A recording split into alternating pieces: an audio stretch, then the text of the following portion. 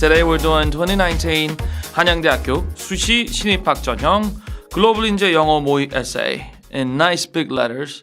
And today we are going to introduce the new term, cognitive dissonance, which actually shouldn't be a new term for you because if you had studied 수능, if you have studied TOEFL, if you have studied SAT, you would have at least gone through once or twice or many times. So, Eddy, hello. Hi. Good to meet you again. Thank Now, we should go over the term cognitive dissonance before we start this. Yeah. Now, could you give me your definition of what cognitive dissonance is? Cognitive dissonance is a term in psychology that when one belief or one information, one idea goes against your original idea. So, like for example, smoking cigarettes is bad for your health, physical health. Right. But you also get mental stress when you don't smoke. When like you used to be if you are used to be a smoker. Right. And second example I want to give out is, let's say you go to a dealer shop and you buy a used car or a new car, and then you come back home and then you think about, oh, if I went to another dealer shop, maybe I would have gotten cheaper. Right. Or always as there's a second thought goes against your original belief. So I think that's a cognitive dissonance of the term. Right. Yeah. And in 수능 passage, there's a passage about buying a mobile phone.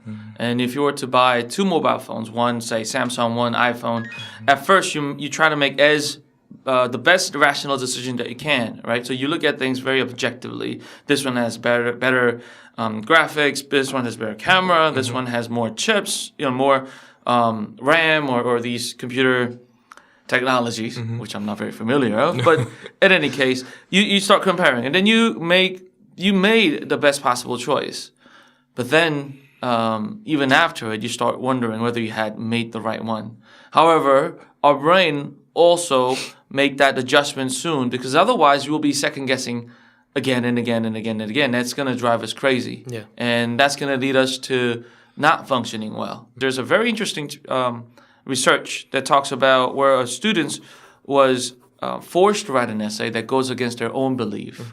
So a student might be asked to write an essay that says, oh, let's raise the tuition because it's going to be good for us.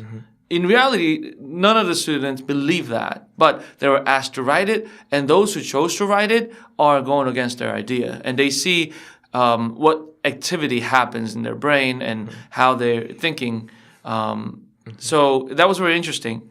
However, one thing to note, under that situation, if students were asked to write it or forced to write it, then that's no longer cognitive dissonance because they were forced to do it. So, a professor might say, if you don't write this, if you don't write an essay that that you are accepting or you're welcoming the tuition increase, then, I'm going to give you an F. Then that's not going to be a real cognitive dissonance in actual sense because you're forced to. Yeah. And then you're not really fighting with your original thought or your rational thought, rather. Yeah.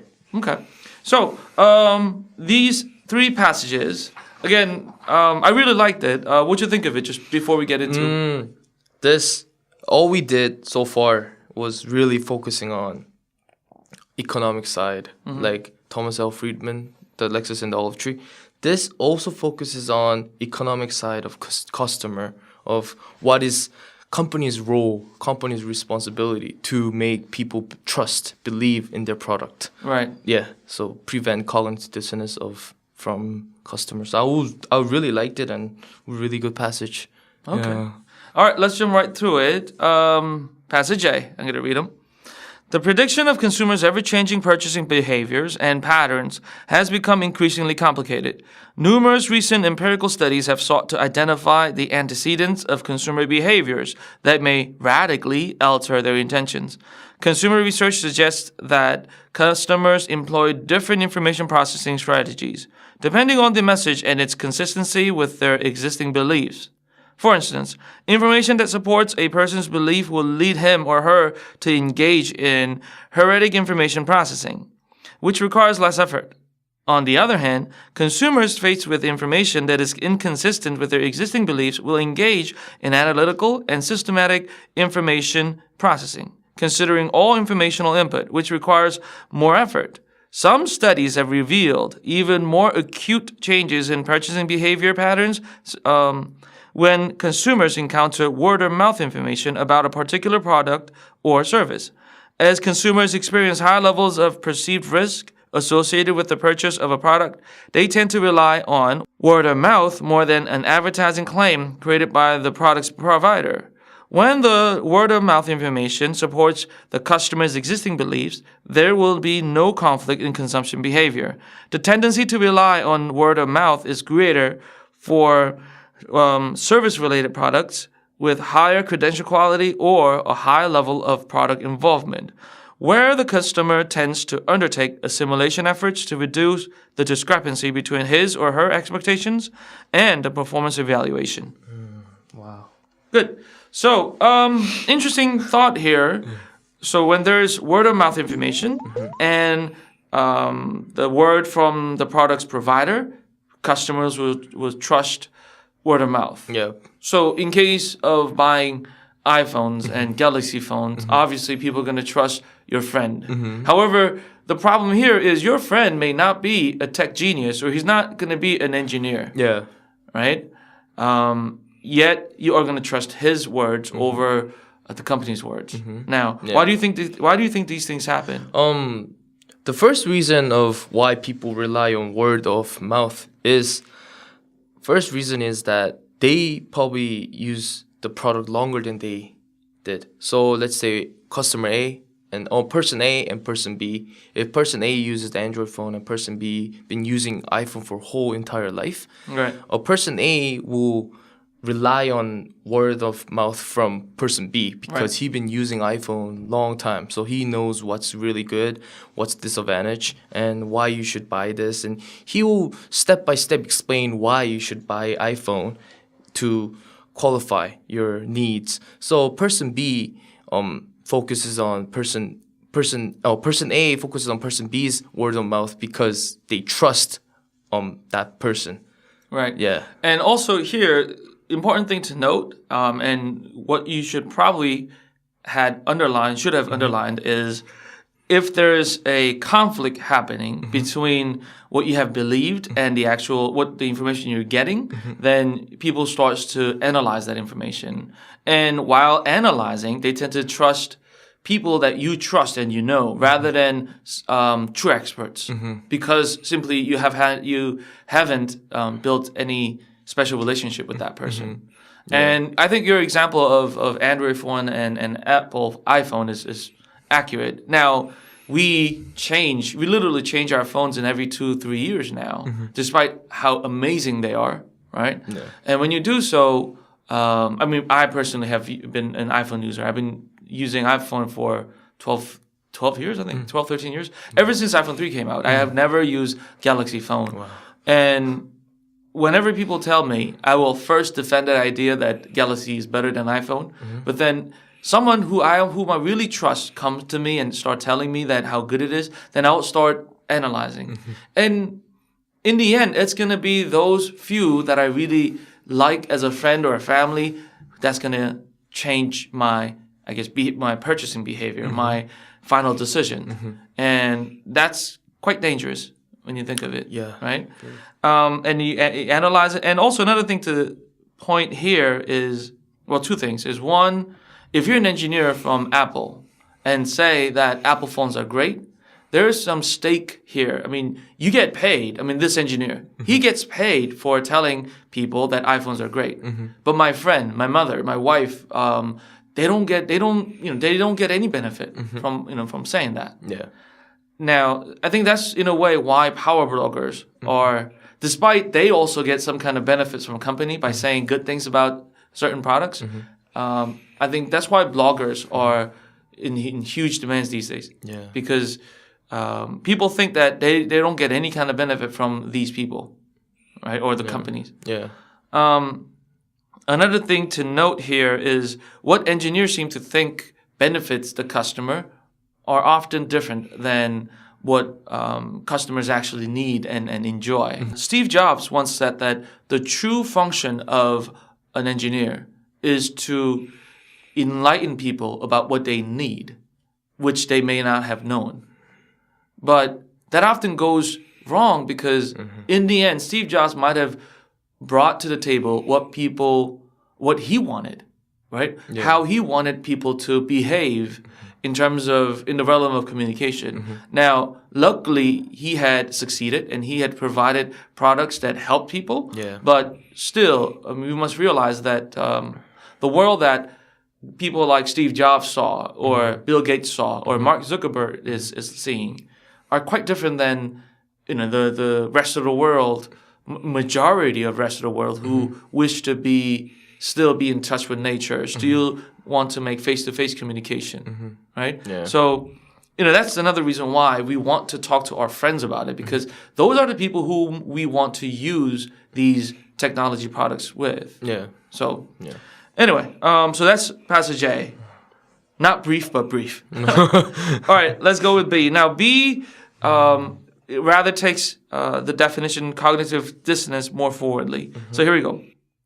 The concept of cognitive dissonance provides a number of superb insights on the reasons underlying inconsistencies between one's behavior and beliefs, and why we often try to reduce this uncomfortable state by moderating our actions through self-justification.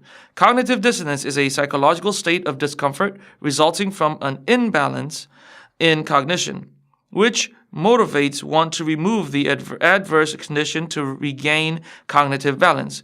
We frequently confront cognitive dissonance in our lives when we are choosing among sets of alternatives, when we are forced to make a positive comment despite having a negative view of a situation, or when are juggling two compelling or ill-fitting beliefs. Example, knowledge that smoking is dangerous and beliefs that smoking aids mental health.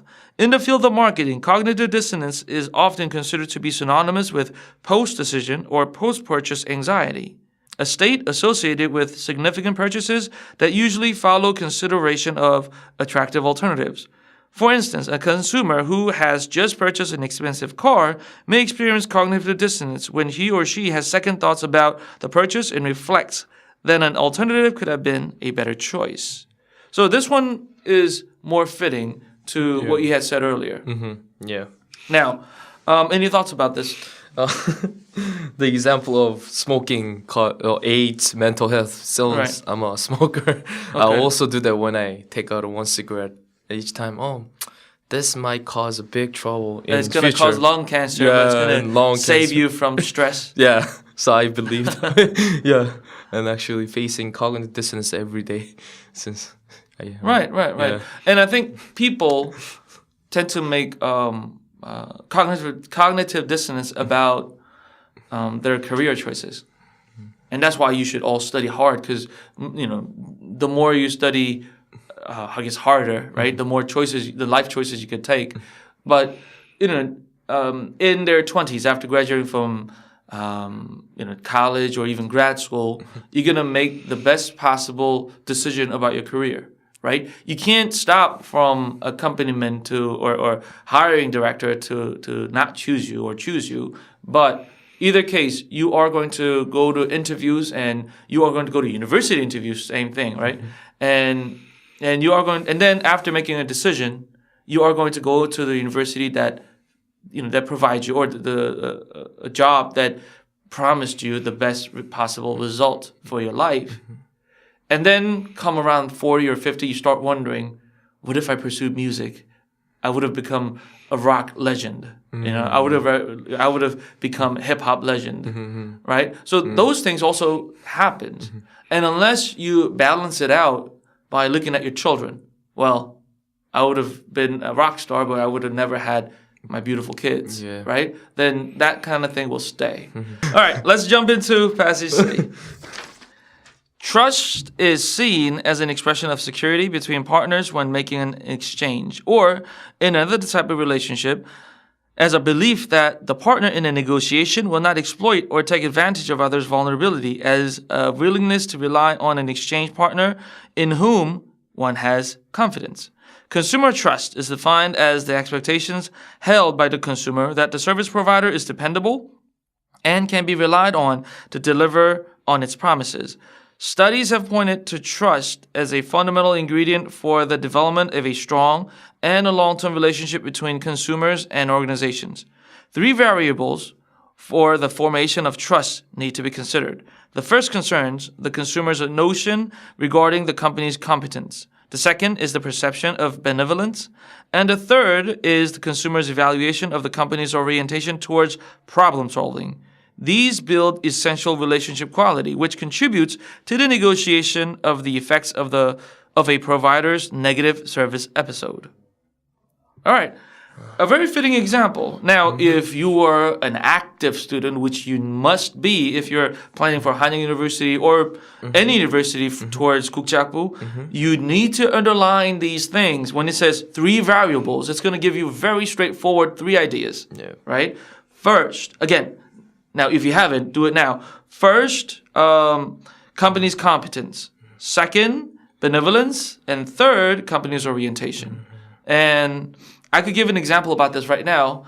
As much as I've been an iPhone user, when it comes to laptops, I've been an avid Samsung user. Now, for a reason. Now, when I was a kid, the computer at home, there was once a time where there used to be just one computer at home. And that computer is going to be in your father's study or your parents' room, right? Yeah. And that's the only computer at home, right? Now, my father was using Apple computer, 2C or some old model. Actually, you can see that in Spider-Man's desk in Marvel movie. No. because the new Spider-Man, he collects retro tech. Anyway, and so which means ever since I was in the grade school, I've been using Apple computer, even till I graduated college from the States. And then I came to Korea, and I started thinking about which computer should I buy. And I've been hooked to the Apple curse. But then I started thinking, okay, now I'm in Korea. Finding Apple Center is a lot more difficult and more expensive to fix. So I started buying Samsung laptops, and I have never regretted that decision. I know Samsung is just as good of a computer tech company as Apple. That's my belief, despite others.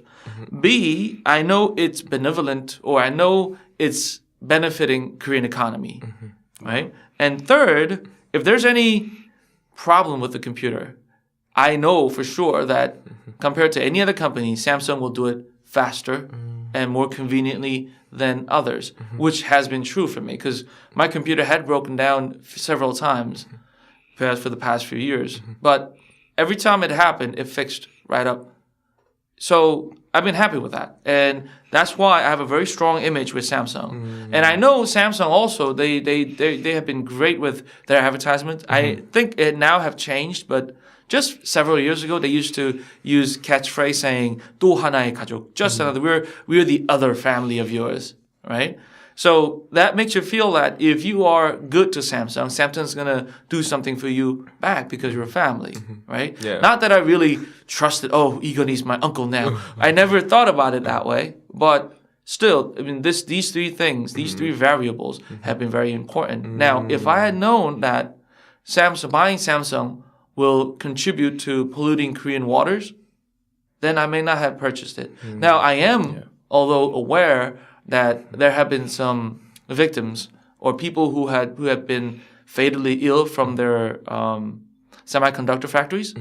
However, I guess Samsung's doing great in terms of hiding all their worst secrets. Yeah. But that's how I've been feeling. Now, any thoughts about C? I used to be Windows user. Okay. Me too, but I'm a MacBook user now. You want to be that? You wanted to be that cool kid with the Apple logo in a coffee shop. That was one of those shining stuff.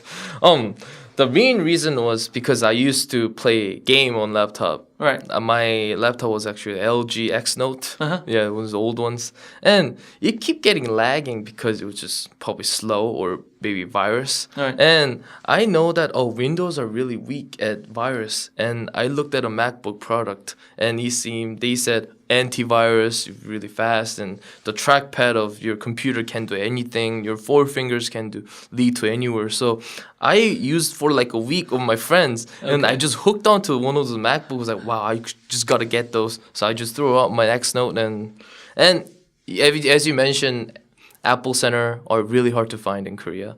But I treat my computer really well. So I think in terms of customer service and warranty-wise, I think Samsung's better. But in customers-wise, like gaming customers, yeah, accessible, very easy to use, I think MacBook's better. Okay. Yeah. What did you say about fingers just now? Oh, those 4 fingers, Yeah. you can do anything with your trackpad, sliding. You can't do I you don't hated need mouse. I hated that. I mean, you could. Getting your phone and doing this is one thing, and I see people who try to do this on their mouse pad. That's not a thing for me. That magic mouse. So let's go over the essay topic. The essay topic goes based on the passage A, B, and C. Write an essay on consumer behavior. Now, let's cut it here for now. Now, consumer behavior we have talked about so far. Right, cognitive dissonance, right, and which also could count to be said as a post-decision or post-purchase anxiety. Also, in A, we talked about word of mouth. Yeah. Why word of mouth is more trusted, and then in C, we talk about how trust is built upon. Right. Yeah. Now, your discussion may address, but not necessarily be limited to the following: how the case of B is understood with the ideas described in A. So we briefly touched upon it, right? How cognitive dissonance takes place, probably because word of mouth. How the case of B is understood with ideas described in A, and how the notion of trust in C can be related to the case of B. So as far as I'm concerned, with C being the strong Samsung laptop supporter for as long as I'm going to be in Korea. It's very unlikely that I'm going to have cognitive dissonance when it comes to my laptops. But then I might have cognitive dissonance for other things. So it really depends on what kind of product it is, how much you know, and maybe you might realize in the end that your friend have not been very knowledgeable in whichever purchase that you had made. I think the perception of what you're getting of product feedback is, I think it really depends on how how company reacts to customer. Right. So Apple kind of failed to be really easily accessible. Right. So instead of making a lot of service center, they just distributed their authority to third party, which is like premium reseller. So we have to, if we go to Apple Center in 가로수길 in Seoul, we can't really fix our MacBook because they're gonna send us away to just go to third party, and that's how Apple operate in Korea, and people kind of how they turn their back. And that's why you should have bought Samsung laptop. Oh no, I'm still Mac. I'm still using Mac. Well, and this would be an interesting notion to add. Some techie people may know about this. But first, what you just said is refurbishing, right? Refurbish, and same deal. When you take your iPhone to an iPhone center, they're not gonna fix your iPhone and give your iPhone back. They're just gonna give you a fixed used iPhone from somewhere that looks sort of new, and say, here's an iPhone. You can re-download everything that you've been using. Goodbye. Right. I know they don't do that with your laptops. Yeah, that's why laptops take forever. But these refurbishing kind of turns you away. Yeah. Now, but more importantly, what you just said earlier about Apple's been inaccessible when it comes to their technology. One of the recent movements that have been happening is open sourcing. Right? Like, for instance, Microsoft Word, Microsoft Office, all Word, Excel, and PowerPoints, they have been making a lot of money because They make the best word processor, and rightfully so, they kept all their secrets secret, right? Or technology secret. But lately, just about a decade old, I mean, there have been a lot of movement with computers about open sourcing. Because for as long as you keep it hidden, concealed, then you'll never know why these viruses are happening and why these inconsistency or crashings are happening between softwares. So I think that's one of the best reasons behind Google Chrome, right?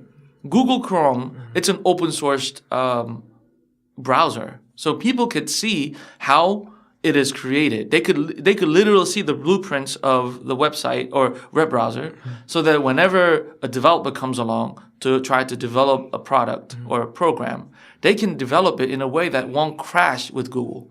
In the long run, Google realized that's, for as long as they know how to distribute it well so that people will continue to use Google Chrome, they knew that will be possibly the safest way for internet users to continue to use Google, more market domination, and at the same time, the least amount of crash.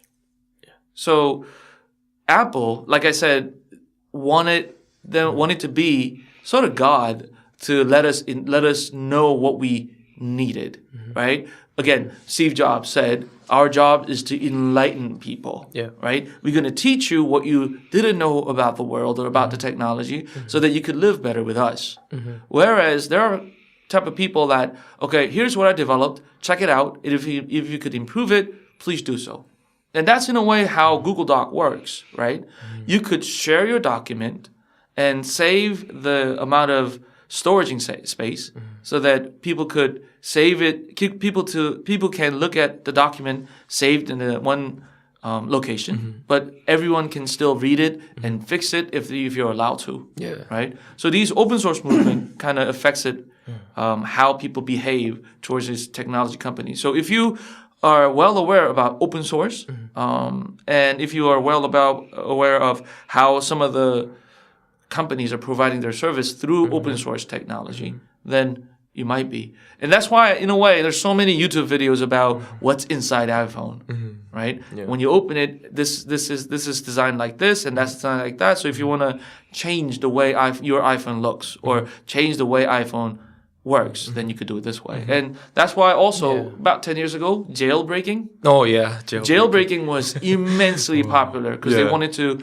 do it in their own way, right?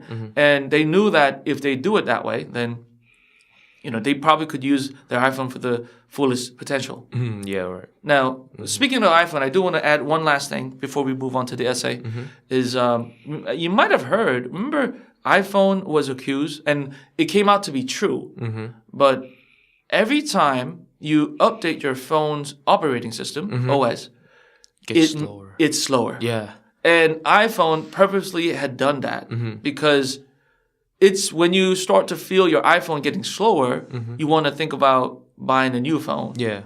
And these kind of sleazy tactics these companies have drops the credibility, right? Yeah. So, that's in a way why iPhone had lost a lot of customers and thought that, that's a sleazy way of doing things. But you and I still Apple customers. Right. And in a way, though, because it's crazy in a way. I mean, if you put it this way, I have bought think about all the apps that I have bought for the past 13 years, right? People don't leave company where, that you're a slave to in a way.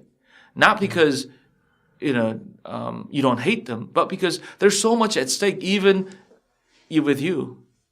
I mean, think about all the company. I mean, for now, it'll be difficult for me to go from Windows, Samsung to Apple. Yeah. Because there's so many things that are incompatible. Like Dropbox. Right. Yeah, you can't really do it in Mac. Right. Yeah. So that's why, you tend to stay with them. But still, you will influence others not to. Right? And that word of mouth might be kind of tricky because here and then you will have people who use Mac while telling others not to use Mac.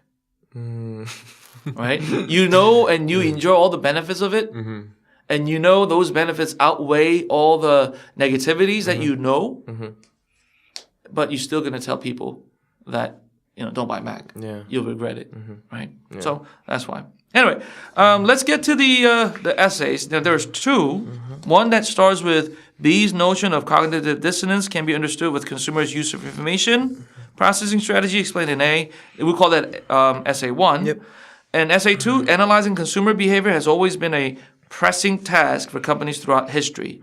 Now, between 1 and 2, which one do you like better? I like 1. Okay, and your reason is? This essay compared to number 2, this essay I think failed to go deep inside of what really cognitive dissonance is in terms of when people rely on word of mouth. This number 1 essay came up with the scenario of how cognitive dissonance should be eliminated through these steps. So, right. Yeah, and I think the last sentence of this essay, as it stated, companies' formation of trust can play an important role in combating this dissonance. This also emphasizes it is companies' responsibility to take care of customers, by providing worthwhile warranties and good customer service and really good product and reliable product. And I think this number 1 essay really points out to how all competence, benevolence, and problem-solving skills should be mixed in order to suit customers' needs. Right. Yeah. I also like number 1 better because number 1 has a story and it's better read. Now, in terms of number 2, again, it reads like a list.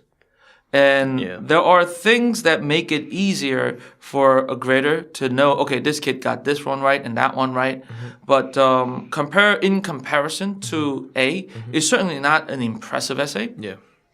However, I do want to make a point saying that essay 2 has stronger vocabulary in terms of using the right terminology. Yeah. Now, they both use good words, right? However, when it comes to number 2, and if you read it with this mindset, as a professor's mindset, you'll know that it's definitely easier to grade.